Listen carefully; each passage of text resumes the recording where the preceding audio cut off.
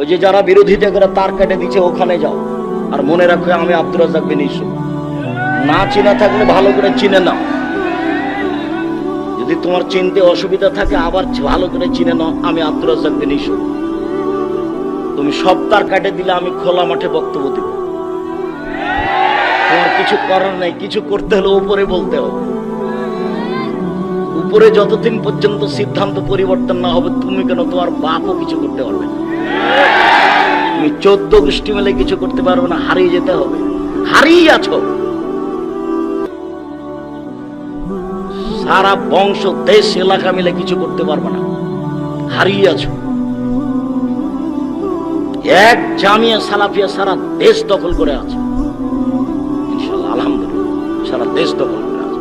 তুমি প্রতিষ্ঠান খুঁজে বের করো কোথায় কোন কওমি মাদ্রাসায় 300 জন শিক্ষক শিক্ষিকা আছে। এদেশের কোন প্রতিষ্ঠানে আছে?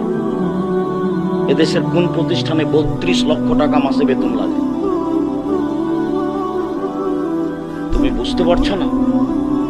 হিংসাটা রেখে দিয়ে ভদ্রতা বজায় রেখে কিছু বললে আল্লাহকে বলো, কোরআন হাদিস শুনে মেনে চলো, কোরআন মাজিদ পড়ো, 5 ওয়াক্ত সালাত আদায় করো, আড্ডা পিটো না।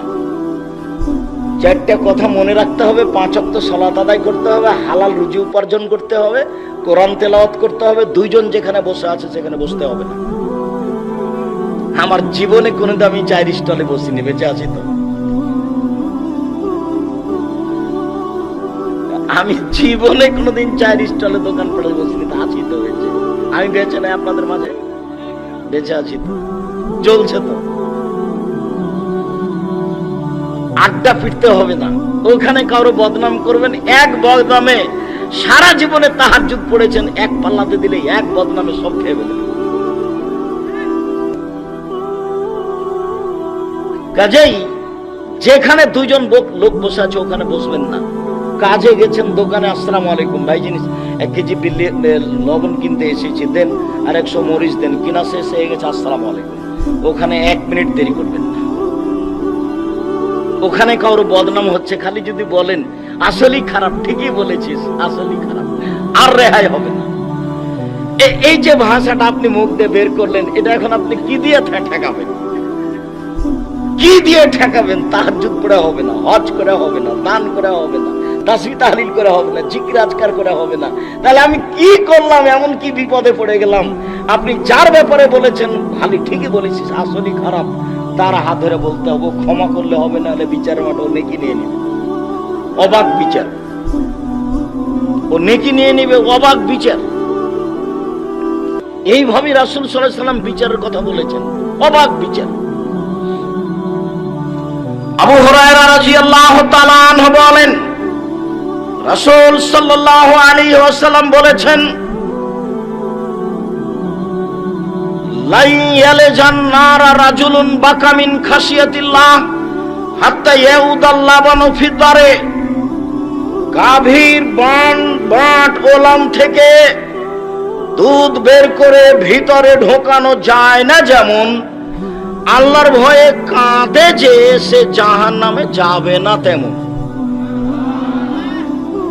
গাভীর বান ওলাম থেকে দুধ বের করে ভিতরে ঢোকানো যায় না, যেমন আল্লাহর ভয়ে কাঁদে যে সে জাহান্নামে যাবে না, তেমন। এইভাবেই মুহাম্মদ সাল্লাল্লাহু আলাইহি ওয়াসাল্লাম বলেছেন। আমি আপনাকে হুবহু বাংলা করে দেখালাম, রাসূলের মুখের ভাষাটা এইরকম। লা ইয়ালজান নারার রাজুল, জাহান্নামে ঢোকবে না সেই ব্যক্তি, বাকা মিন খাশিয়াতিল্লাহ, যে আল্লাহর ভয়ে কাঁদে, হাত্তা ইয়াউদাল লাবানু ফি দারে, দুধ আর ওলানে ঢুকবে না। তারপরে বলছেন, ওয়ালা ইয়াজতামিউ গুবারন ফি সাবিলিল্লাহ দোখানো জাহান্নাম, আল্লাহর পথে চলে যে, কোরআন হাদিস পড়ে যে, আল্লাহর পথে চলে যে, কোরআন হাদিস পড়ে যে, এর পায়ের ধুলা এই ব্যক্তি আর জাহান্নামের আগুন একসাথে হবে না। জাহান্নামের ধোঁয়ার এই ব্যক্তি একসাথে হবে না, এই কথা মুহাম্মদ সাল্লাল্লাহু আলাইহি সাল্লাম বলেন। আনাস রাদিয়াল্লাহু তাআলা আনহু বলেন, রাসূল সাল্লাল্লাহু আলাইহি সাল্লাম বলেছেন, সালাসাতুন লা তারা আইনুহুমান নারা, তিন শ্রেণীর মানুষ জাহান্নাম দেখবে না, তিন শ্রেণীর মানুষ জাহান্নামে যাবে না, তিন শ্রেণীর চক্ষু জাহান্নামকে দেখবে না। এক, বাকামিন খাসিয়াতিল্লাহ, যেই ব্যক্তি আল্লাহর ভয়ে কাঁদে সেই ব্যক্তি জাহান্নামকে দেখতে পাবে না। দুই, হারাসাত ফি সাবিলিল্লাহ, যেই ব্যক্তি আল্লাহর রাস্তায় পাহারা দেয় সেই ব্যক্তি জাহান্নামকে দেখতে পাবে না। তিন, গাজাতান মাহারিমিল্লাহ, বেগানা নারীকে দেখে চক্ষু নিচু করে যে সেই ব্যক্তি জাহান্নামকে দেখতে পাবে না। অপর নারীকে দেখে চক্ষু নিচু করে যে সে জাহান্নামকে দেখতে পাবে না। বলো তোমার মোবাইলের কি হবে? বলো তোমার আব্বা আম্মা যে দিন রাত টিভিতে খবর দেখছে, রং মাখানো মহিলাটা দিন রাত দেখছে, এটা কেমন হবে? এটা কি? জারির রাদিয়াল্লাহু তাআলা আনহু বলেন, সাআলতু রাসূলুল্লাহ সাল্লাল্লাহু আলাইহি ওয়াসাল্লাম নাজরাতিল ফাজাতে, আমি একদা আল্লাহ রাসূলকে জিজ্ঞাসা করলাম হঠাৎ মহিলাদের উপরে চোখ পড়ে যাওয়ার ব্যাপারে। আল্লাহর নবী, হঠাৎ যদি মহিলাদের উপরে চোখ পড়ে যায় তাহলে কি করব? উত্তর দিচ্ছেন দেখেন, ফামারানি, তিনি আমাকে আদেশ করলেন, আন আশরিফা বাসারি, আমি আমার চোখটা ফিরিয়ে নিব। তিনি আমাকে আদেশ করলেন আমি আমার চোখটা ফিরিয়ে নিব। তাহলে নিতান্তই টিভিতে যদি খবর শুনতেই হয় তাহলে এভাবে বুঝতে হবে।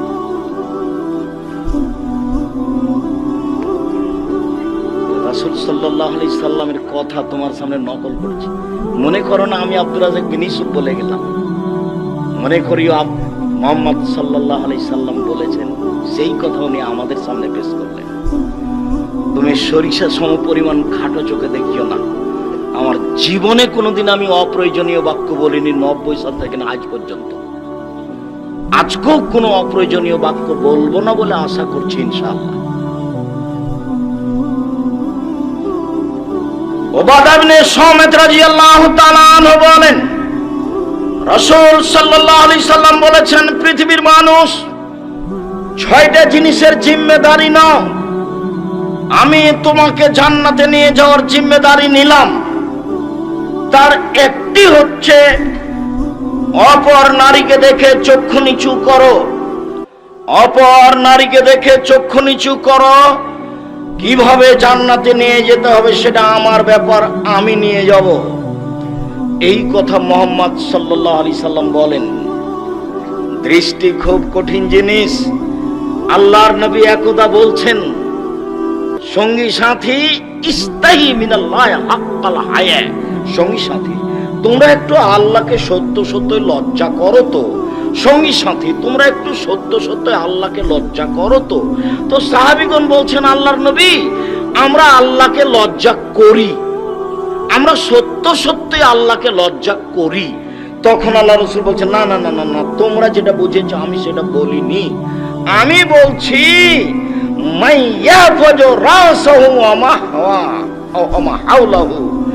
যে তার মাথাকে রক্ষা করে, মাথা সংক্রান্ত যা কিছু আছে তাকে রক্ষা করে, সেই সত্য সত্য আল্লাহকে লজ্জা করে।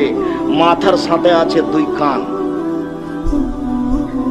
2 কানে আছে ইয়ারফোন লাগানো, ইন্ডিয়ার গান চলছে, এ আল্লাহকে লজ্জা করে না।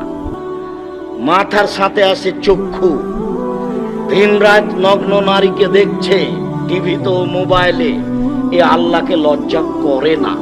সাহাবীগণকে আল্লাহর নবী বলছেন, সঙ্গী সাথী তোমরা একটু সত্য সত্যই আল্লাহকে লজ্জা করো তো। তো সাহাবীগণ বলছেন, আল্লাহর নবী আমরা সত্য সত্যই আল্লাহকে লজ্জা করি। তখন আল্লাহ রাসূল বলছেন, না না না না না, আমি এটা বলিনি। আমি বলছি মাথা সহ মাথার সাথে আর যা আছে সবকে তুমি হেফাজত করো, তাহলে তুমি আল্লাহকে সত্য সত্যই লজ্জা করো। চোখ আছে, নাক আছে, মুখ আছে। মুখ সবচেয়ে বড় বিপদ। রাসূল সাল্লাল্লাহু আলাইহি সাল্লাম বলেন, মাইয়াজমান লি মা বাইনা লাইয়াইহি ওয়া মা বাইনা রিজলাই হাজমাল্লাহুল জান্নাহ। এই জন্য তোমাকে দুজন যেখানে বসে আছে সেখানে বসতে নিষেধ করি। পৃথিবীর মানুষ শুনে রেখো, কেউ যদি মুখের জিম্মেদারি নিতে পারে, কেউ যদি লজ্জা স্থানের জিম্মেদারি নিতে পারে, জেনা করবে না, আমি মুহাম্মদ সাল্লাল্লাহু আলাইহি সাল্লাম তাকে জান্নাতে নিয়ে যাওয়ার জন্য জিম্মেদারি নিলাম। কিভাবে নিতে হবে সেটা আমার ব্যাপার। এক, মুখে বদনাম করবে না, মুখে কারোর বিরুদ্ধে কিছু বলবে না, মুখে খারাপ কিছু বলবে না। দুই, জেনায় লিপ্ত হবে না। এই দুইটা কাজ ও করুক, বাকিটা আমি করব। আমার আর আপনার দুইটা, আর আল্লাহর নবীর একটা। উনি জান্নাতে নিয়ে যাবেন, আর আমাকে আর আপনাকে দুইটা করতে বলেছে। মুখ আর লজ্জা স্থান। মুখ বড় বিপদ। আপনি বুঝতে পারেননি আজকে সারাদিনে কত কি বলেছে। এই ছেলেরাকে বলছি, তোমরা ধৈর্য ধারণ করো। একজন আর একজনকে বলবা, সব ধৈর্য ধারণ করো। কার কেটে দিয়েছে, ধৈর্য ধারণ করো। সব ধৈর্য ধারণ করো। ধৈর্য ঘোড়ার ডিম নয়। ধৈর্য একটা জিনিস যেটা মানুষ বাস্তবায়ন করতে পারে, গরু ছাগল পারে না। ধৈর্য ঘোড়ার ডিম নয়। ধৈর্য একটা জিনিস যেটা বাস্তবায়ন করতে পারে মানুষ। কে পারে? মানুষ পারে। গরু ছাগল পারে না। গরু ছাগল ধৈর্য জিনিস বুঝে না, কাজে ওকে বুঝানো যাবে না। মানুষই ধৈর্য বুঝতে পারে, মানুষই এর বাস্তবায়ন করতে পারে।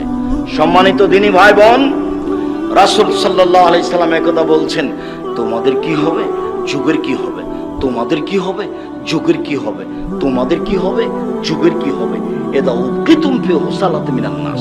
যেদিন যুগের লোক হবে সবাই আগাছা, সবাই খারাপ। কে যে ভালো তা দেখা যায় না। মাওলানা সাহেব প্রতারণা দেয়, হাজী সাহেব প্রতারণা দেয়, মসজিদে মারামারি হয়, মাদ্রাসাতে মারামারি হয়, চেয়ারম্যান, মেম্বার, এমপি, মন্ত্রী, হেড মাওলানা, হেডমাস্টার, প্রিন্সিপাল সবাই টাকা আত্মসাৎ করে মেরে খায়। সবাই যে খারাপ। যখন সবাই খারাপ হবে তখন তোমাদের কি হবে, যুগের কি হবে, তোমাদের কি হবে, যুগের কি হবে।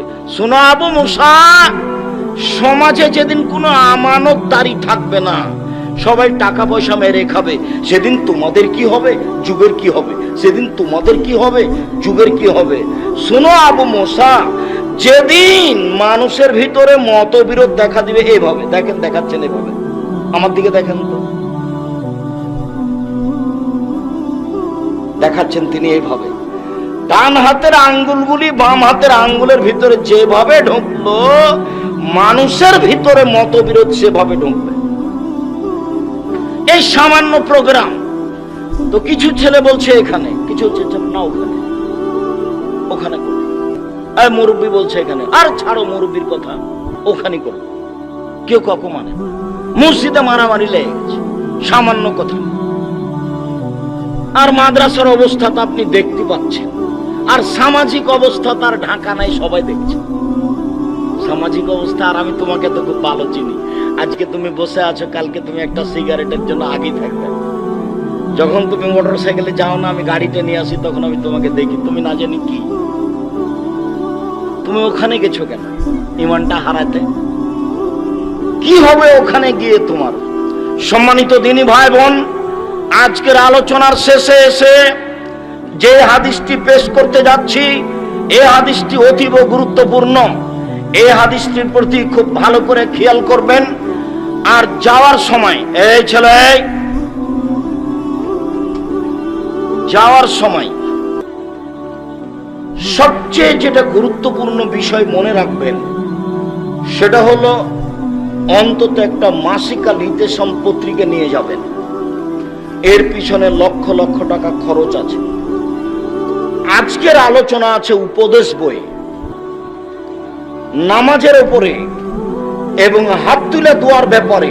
যত বই পুস্তক আছে, বইগুলি আপনাকে মূল্যায়ন করতে হবে, আপনার ঘরে লেখা। কাজেই যাওয়ার সময় সব বইগুলি মূল্যায়ন করবেন। রাসূল সাল্লাল্লাহু আলাইহি সাল্লাম বলেছেন, কেউ যদি নির্জনে আল্লাহকে ডাকে, তার চোখের পানি যদি ঝরঝর করে ঝরে, তাহলে সে বিচার মাঠে বিশেষ ছায়াতলে থাকবে। থাক থাক জি শোনো, যেদিন মতবিরোধ এমন হবে, সেদিন তোমাদের কি হবে, যুগের কি হবে, তোমাদের কি হবে, যুগের কি হবে। বলেন আল্লাহর নবী কি করতে হবে? এই যখন বলেন কি করতে হবে, তখন তিনি বললেন যেটা সেটা হলো কথা। এ দেখো, মুখটা কন্ট্রোলে রাখো, তাহলে বেঁচে যাব। 2, বাড়িতে থাকো, তাহলে বেঁচে যাব। 3, যেটা ভালো সেটা নিও, যেটা খারাপ সেটা ছেড়ে দিও, তাহলে বেঁচে যাবা। আচ্ছা আল্লাহর নবী, বুঝলাম, ভালোটা নিব, খারাপটা ছেড়ে দেবো। আচ্ছা আল্লাহর নবী, মুখ খুললাম না। আচ্ছা আল্লাহর নবী, আমি বাড়িতে থাকলাম, বিরোধী দল যদি আমাকে বাড়িতে এসে মেরে যায়, তাহলে কি করব? কথা বোঝা যায়নি? তখন আল্লাহ রাসূল বলছেন, শোনো শোনো শোনো, যদি পরিস্থিতি এমনই হয়, তাহলে আদমের 2 ছেলের ভালোটার মতো হয়েও, আদমের 2 ছেলের ভালোটার মতো হয়েও। আদমের এক ছেলে কাবিল বলল, এই তোকে মারবো। তখন হাবিল বলছে, তুমি মারো মারো, আমি তোমাকে মারবো না। আল্লাহ নবী কি বললেন বলেন তো দেখি? যখন সাহাবী বললেন, ঠিক আছে আল্লাহর নবী, মুখ খুললাম না, ঠিক আছে আল্লাহর নবী, বাড়িতেই থাকলাম, তো ওরা যদি এসে আমার বাড়িতে মেরে যায়, তাহলে আমি কি করব? তখন আল্লাহ রাসূল কি বললেন বলেন তো দেখি? তখন বললেন যে আদমের 2 ছেলের ভালোটার মতো হও। যদি মারতে আসে ঘরে, তাহলে বলতে হবে, ঠিক আছে তুমি আমাকে মেরে যাও, আমি তোমাকে কিছু বলবো। আপনি বললেই বিপদ, আর আপনি হক টিকাতে পারবেন না। আল্লাহ রাসূল বললেন, মুখ বন্ধ রেখো। একদা বলছেন, সঙ্গী সাথী বলতে পারো মানুষকে পিছন দিক থেকে ধাক্কা মেরে জাহান্নামে নিক্ষেপ করে কি? সঙ্গী সাথী বলতে পারো মানুষকে পিছন দিক থেকে ধাক্কা মেরে জাহান্নামে নিক্ষেপ করে কি? সঙ্গী সাথী বলতে পারো মানুষকে পিছন দিক থেকে ধাক্কা মেরে জাহান্নামে নিক্ষেপ করে কি? এই কথা বলতে বলতেই ফাঁক হাজের সেনা হোক জিভাটা ধরে নিচ্ছে। জিভা মানুষকে পিছন দিক থেকে ধাক্কা মেরে জাহান্নামে নিক্ষেপ করে। মুখ বন্ধ রাখতে হবে, তাহলে পথ সহজ হবে। বলছিলাম, চক্ষু নিচু রাখতে হবে। চক্ষু নিচু রাখতে শুধু পুরুষকে বলা হয়নি, মহিলাদেরকে বলা হয়েছে। মহান আল্লাহ বলেন, ওয়াকুলিল মুমিনাত ইয়াগযুজনা মিন আবসারিহিন্না ওয়া ইয়াহফাজনা ফুরুজাহুন্না ওয়া লা ইউবদিনা যিনাতাহুন্না। মুহাম্মদ সাল্লাল্লাহু আলাইহি সাল্লাম, আপনি পৃথিবীর মুসলিম নারীকে বলে দেন, মহিলাদেরকে বলে দেন, তারা যেন চক্ষু নিচু করে, তারা যেন লজ্জা স্থানকে হেফাজত করে, তারা যেন তাদের সৌন্দর্য প্রকাশ না করে। উপস্থিত বৈঠকের মুসলিম বোন, এই মেয়ে, তোমাকে বলছি, তুমি যে ক্লাস 10-এ পড়ো, তোমার মাথায় কাপড় নাই কেন? তোমার বাপ নেই? লজ্জা পাও নাকি? জন্ম দিতে পারলে বাপ হওয়া যায়, তো পুরাতন কথা, নতুন নয়। ক্লাস 10-এ পড়ো তুমি, যেদিন 8-এ উঠেছিলে সেদিন তুমি যুবতী হয়েছ। কাকে কি বুঝাতে চাচ্ছ? রাজুলুর আইন ফি আহলি বাইতিহি ওয়া মাসলুনুর রায়তিহি, যে বাড়ির মালিক, তাকে ছেলে মেয়ে সম্পর্কে অক্ষরে অক্ষরে জিজ্ঞাসা করা হবে। বিচারের মাঠে তাকে উত্তর দিতে হবে, নইলে সে তাহাজ্জুদ পড়ে টিকতে পারবে না। ওয়াল মারাতু রায়া ফি বাইতি জাওজিহা ওয়া ওয়ালাদি, যে মহিলা তোমার মা, এই বাড়িতে দায়িত্বশীলা মহিলা, তাকে জিজ্ঞাসা করা হবে তোমার সম্পর্কে, তাকে জিজ্ঞাসা করা হবে তোমার ভাই সম্পর্কে। তোমার মা যদি যথাযথ উত্তর দিতে না পারে, তোমার মা তাহাজ্জুদ পড়ে বিচারের মাঠে জবাব দিতে পারবে না। সম্মানিত দিনী ভাই বোন, মহান আল্লাহ বলেন, মহিলাদেরকেও চক্ষু নিচু করতে হবে, তাদের লজ্জা স্থানকে তাদেরকে হেফাজত করতে হবে, এবং তাদের সৌন্দর্য তাদেরকে ঢেকে রাখতে হবে। এটা আল্লাহ আদেশ করেন, এ আদেশ তাকে পালন করতেই হবে। উপস্থিত বৈঠকের দিনী মুসলিম বোন, আপনার সাথে আমার এখানে লম্বা কথা নেই, তবে এতটুক যে আপনি মনে রাখবেন, রাসূল সাল্লাল্লাহু আলাইহি সাল্লাম বলেছেন, মহিলারা যদি 4টা কাজ করতে পারে, জান্নাতের সব দরজা তারা খোলা পাবে। বেশি নয়, 4টা কাজ যদি তারা করতে পারে, জান্নাতের সব দরজা খোলা পাবে। বেশি নয়, 1 5 ওয়াক্ত সালাত, 2 রমজান মাসের সিয়াম, 3 স্বামীকে মেনে চলা, 4 জেনায় লিপ্ত না হওয়া। এই 4টে কাজ বাস্তবায়নের জন্য চেষ্টা করুন, জান্নাত হবে ইনশাআল্লাহ। 1 5 ওয়াক্ত সালাত, 2 রমজান মাসের সিয়াম, 3 স্বামীকে মেনে চলা, 4 জেনায় লিপ্ত না হওয়া। আব্দুর রাজ্জাক সাহেব, হুয়াকুয়া একটা উল্লেখযোগ্য গ্রাম আপনার জানা আছে। আমরা এই গ্রামে বসবাস করি। আমরা জেনার সাথে সম্পৃক্ত নই। আমরা 3টা কাজই করার চেষ্টা করি। 1 5 ওয়াক্ত সালাত, 2 রমজান মাসে রোজা, 3 জেনায় লিপ্ত না হওয়া। আমরা 3টাই যথাযথভাবে বাস্তবায়ন করি। 4 স্বামীকে মেনে চলা। এটা পূর্ণ পারি না কেন? আমার স্বামীর মুখ খারাপ, ও গালি দেয়। গালি দিবেন কেন? মুখ খারাপ করবেন কেন? মুখ খারাপ করবেন কেন? খেতে বসে আল্লাহ রাসূল কোনোদিন খাদ্যের নিন্দা করেননি। ভালো লেগেছে খেয়েছেন, ভালো না লাগলে ছেড়ে দিয়েছেন। ভালো লেগেছে খেয়েছেন, ভালো লাগেনি ছেড়ে দিয়েছেন। একটা বাস্তব ঘটনা শোনা। এই চালায়, কেউ কারোর গায়ে হাত দিবেন না। এক খেলে আমার দিকে চেয়ে থাকেন। আল্লাহ রাসূলের স্ত্রী একসাথে 11 জন ছিলেন। আল্লাহর নবী এক স্ত্রীর কাছে ছিলেন, অর্থাৎ আয়েশার কাছে ছিলেন। তো কোন স্ত্রী বাটিতে করে তরকারি দিয়ে পাঠিয়েছে বাঁধির হাতে, দাসীর হাতে। তো আয়েশার ঘরে এসে ওই দাসী বাটিটা হাতে করে আছে। তো আয়েশা এইভাবে বাটিটাতে আঘাত করে বাটিটা ফেলে ভেঙে দিয়েছে। বাটিটাও পড়ে গেছে, ভেঙে গেছে, তরকারিও সব পড়ে ভেঙে গেছে, নষ্ট হয়ে গেছে। তো আল্লাহ রাসূল বাটিটা উঠিয়ে, তরকারিগুলো উঠিয়ে নিয়ে একটা ভালো বাটিতে অন্য কিছু দিয়ে ওই কাজের মহিলাটার হাতে দিয়ে পাঠিয়ে দিলেন। আর ওই ভাঙা বাটিটা তিনি নিজে জোর লাগালেন, লাগিয়ে রেখে দিলেন। বললেন যে ভাঙাটা তোমার জন্য, আর তোমার ভালোটা আমি দিয়ে পাঠিয়ে দিয়েছি, যে খাদ্য দিয়ে পাঠিয়েছে। আল্লাহ রাসূল তার স্ত্রীকে কিছু বললেন, এটা বোঝা গেল না।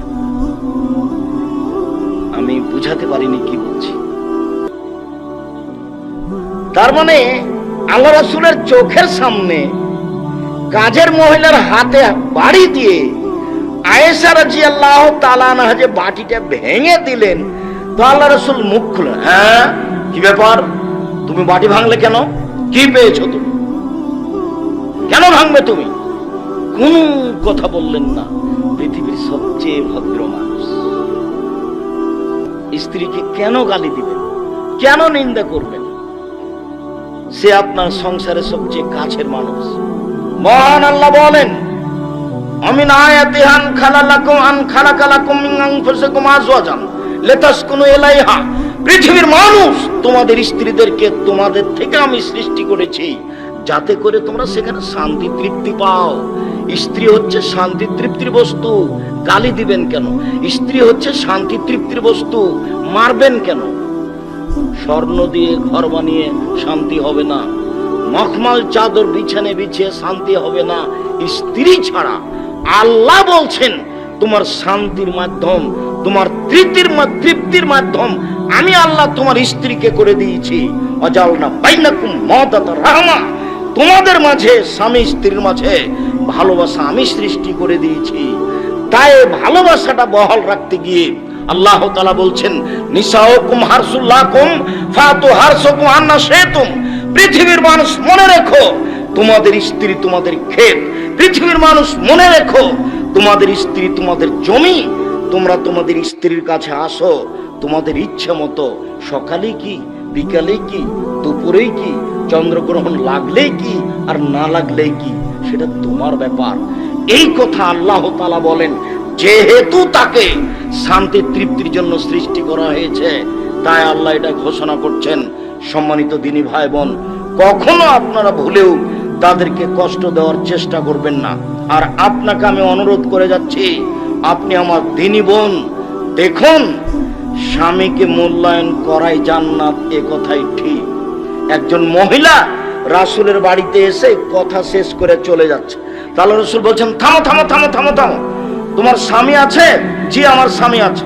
তুমি তোমার স্বামীর কাছে কেমন? আমি চেষ্টা করি তার সাথে ভালোভাবে চলার। চেষ্টা করো মানে বলো কি? হওয়া জান্নাত না রোকে, সেই তো তোমার জাহান্নাম, সেই তো তোমার জান্নাত। স্বামী তোমার জাহান্নাম, স্বামী তোমার জান্নাত। সে তো তোমার জাহান্নাম, সে তো তোমার জান্নাত। স্বামীর পায়ের নিচে জান্নাত, এই কথা আল্লাহর নবী বলেননি। তবে আল্লাহ নবী বলেছেন স্বামী তোমার জাহান্নাম, স্বামী তোমার জান্নাত। মায়ের পায়ের নিচে জান্নাত, এই কথা আল্লাহ নবী বলেছেন। মায়ের পায়ের নিচে জান্নাতে কথা আল্লাহর নবী বলেছেন। স্বামীর পায়ের নিচে জান্নাতে কথা আল্লাহর নবী বলেননি। তবে বলেছেন স্বামী তোমার জাহান্নাম, স্বামী তোমার জান্নাত। তুমি তাকে মেনে চলার চেষ্টা করো। সম্মানিত দিনী বোন, বিষয়টি আপনার কাছে আমি শক্তভাবে পেশ করে, অতীতে যা কিছু হয়েছে সেটা হয়ে গিয়েছে, আজকে থেকে আপনাকে নতুন ভাবে সংসার গড়ার জন্য কথা বলার জন্য আমি অনুরোধ জানাচ্ছি। অনেক দিন থেকে কথা বন্ধ করে রেখেছেন। স্বামীকে খাবার দেওয়ার সময় আসলে মেয়েকে বলেন তোর বাপকে খাবার দে, বৌমাকে বলেন তোমার শ্বশুরকে খাবার দাও। আপনি নিজে কোনো সময় আসেন না। এইভাবে ঝুলন্ত সংসার দিয়ে কি করবেন? এভাবে ঝুলন্ত সংসার চালাতে হবে না, ভুল পথে যেতে হবে না। সম্মানিত দিনী ভাই বোন, আবু হুরায়রা রাদিয়াল্লাহু তাআলা আনহু বলেন রাসূল সাল্লাল্লাহু আলাইহি সাল্লাম বলেছেন লাইসা শাইউন আহাব্বা ইলাল্লাহি মিন কাতরাতাইন ওয়া সারাইনি। দুইটি বিন্দু ফোঁটা, দুইটি চিহ্ন আল্লাহর কাছে যত প্রিয়, পৃথিবীর কোনো কিছু আল্লাহর কাছে তত প্রিয় নয়। আমার দিকে চেয়ে দেখেন, দুইটি বিন্দু ফোঁটা, দুইটি চিহ্ন দাগ, এটা আল্লাহর কাছে যত প্রিয়, পৃথিবীর কোনো কিছু আল্লাহর কাছে তত প্রিয় নয়। শুরু হলো এক, কাতরাতু দুমুইন মিন খাসিয়াতিল্লাহ ওয়া ফি খাসিয়াতিল্লাহ। এক ফোঁটা চোখের পানি আল্লাহর কাছে যত প্রিয়, পৃথিবীর কোনো কিছু আল্লাহর কাছে তত প্রিয় নয়। হজ বড় কাজ, কবুল হলে এক পাপও থাকবে না, সেই দিনের মতো হয়ে যাবে যেদিন তার মা তাকে জন্ম দিয়েছে। এরপরেও হজ কাজটি আল্লাহর কাছে অত প্রিয় নয়। এক ফোঁটা চোখের পানি আল্লাহর কাছে যত প্রিয়। খুব দামি ইবাদত সিয়াম, ফরজ রোজা, এইটার পরেও এই সিয়াম আল্লাহর কাছে অত প্রিয় নয়। এক ফোঁটা চোখের পানি আল্লাহর কাছে যত প্রিয়। দুই, কাতরাতুন ফি সাবিলিল্লাহ তুহরাকু ফি সাবিলিল্লাহ। আল্লাহর পথে নেমে গিয়ে কেটে যাওয়া, ফেটে যাওয়া এক ফোঁটা রক্ত আল্লাহর কাছে যত প্রিয়, পৃথিবীর কোনো কিছু আল্লাহর কাছে তত প্রিয় নয়। তিন, কেটে যাওয়া দাগ, আল্লাহর পথে কেটে যাওয়া দাগ, ফেটে যাওয়া দাগ, এই দাগ চিহ্ন আল্লাহর কাছে যত প্রিয়, পৃথিবীর কোনো কিছু আল্লাহর কাছে তত প্রিয় নয়।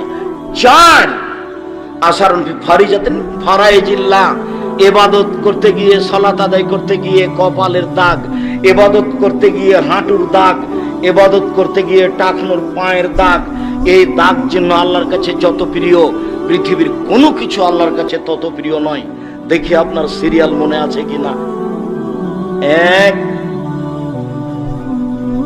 এক ফোঁটা চোখের পানি। দুই, এক ফোঁটা গায়ের রক্ত। তিন, আল্লাহর পথে নেমে গিয়ে শরীরের দাগ। চার,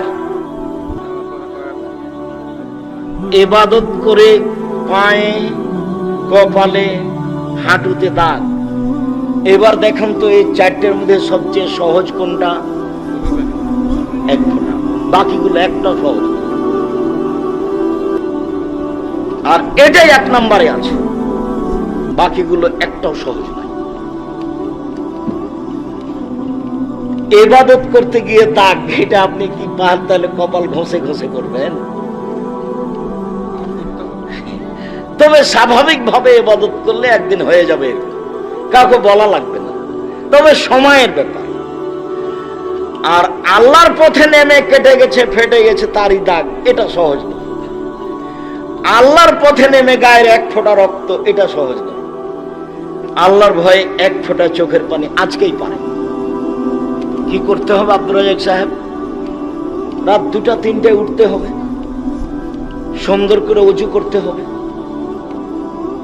কেবলা মুখে হাত তুলে দোয়া করতে হবে, আল্লাহকে বলতে হবে আমি বড় অপরাধী, আমি বড় গুনাহগার, আমি বড় পাপী, আমি বড় গুনাহগার, আমি বড় অপরাধী। তুমি বড় দয়াবান, তুমি বড় ক্ষমাবান, তুমি আমাকে ক্ষমা ভিক্ষা দাও, তুমি আমাকে সম্মান ভিক্ষা দাও, তুমি আমাকে তাকওয়া ভিক্ষা দাও। এইভাবে বলতে বলতে বলতে বলতে দেখবেন এক পর্যায়ে দুই চোখের পানি ঝরঝর ঝরঝর করে ঝরছে। এরই নাম হচ্ছে আল্লাহ ভীতি। এই পানি যেদিন আপনার চোখ থেকে বের হবে সেদিন আপনি বুঝতে পারবেন যে আমি আল্লাহর কাছে সবচেয়ে একটা প্রিয় কাজ করেছি।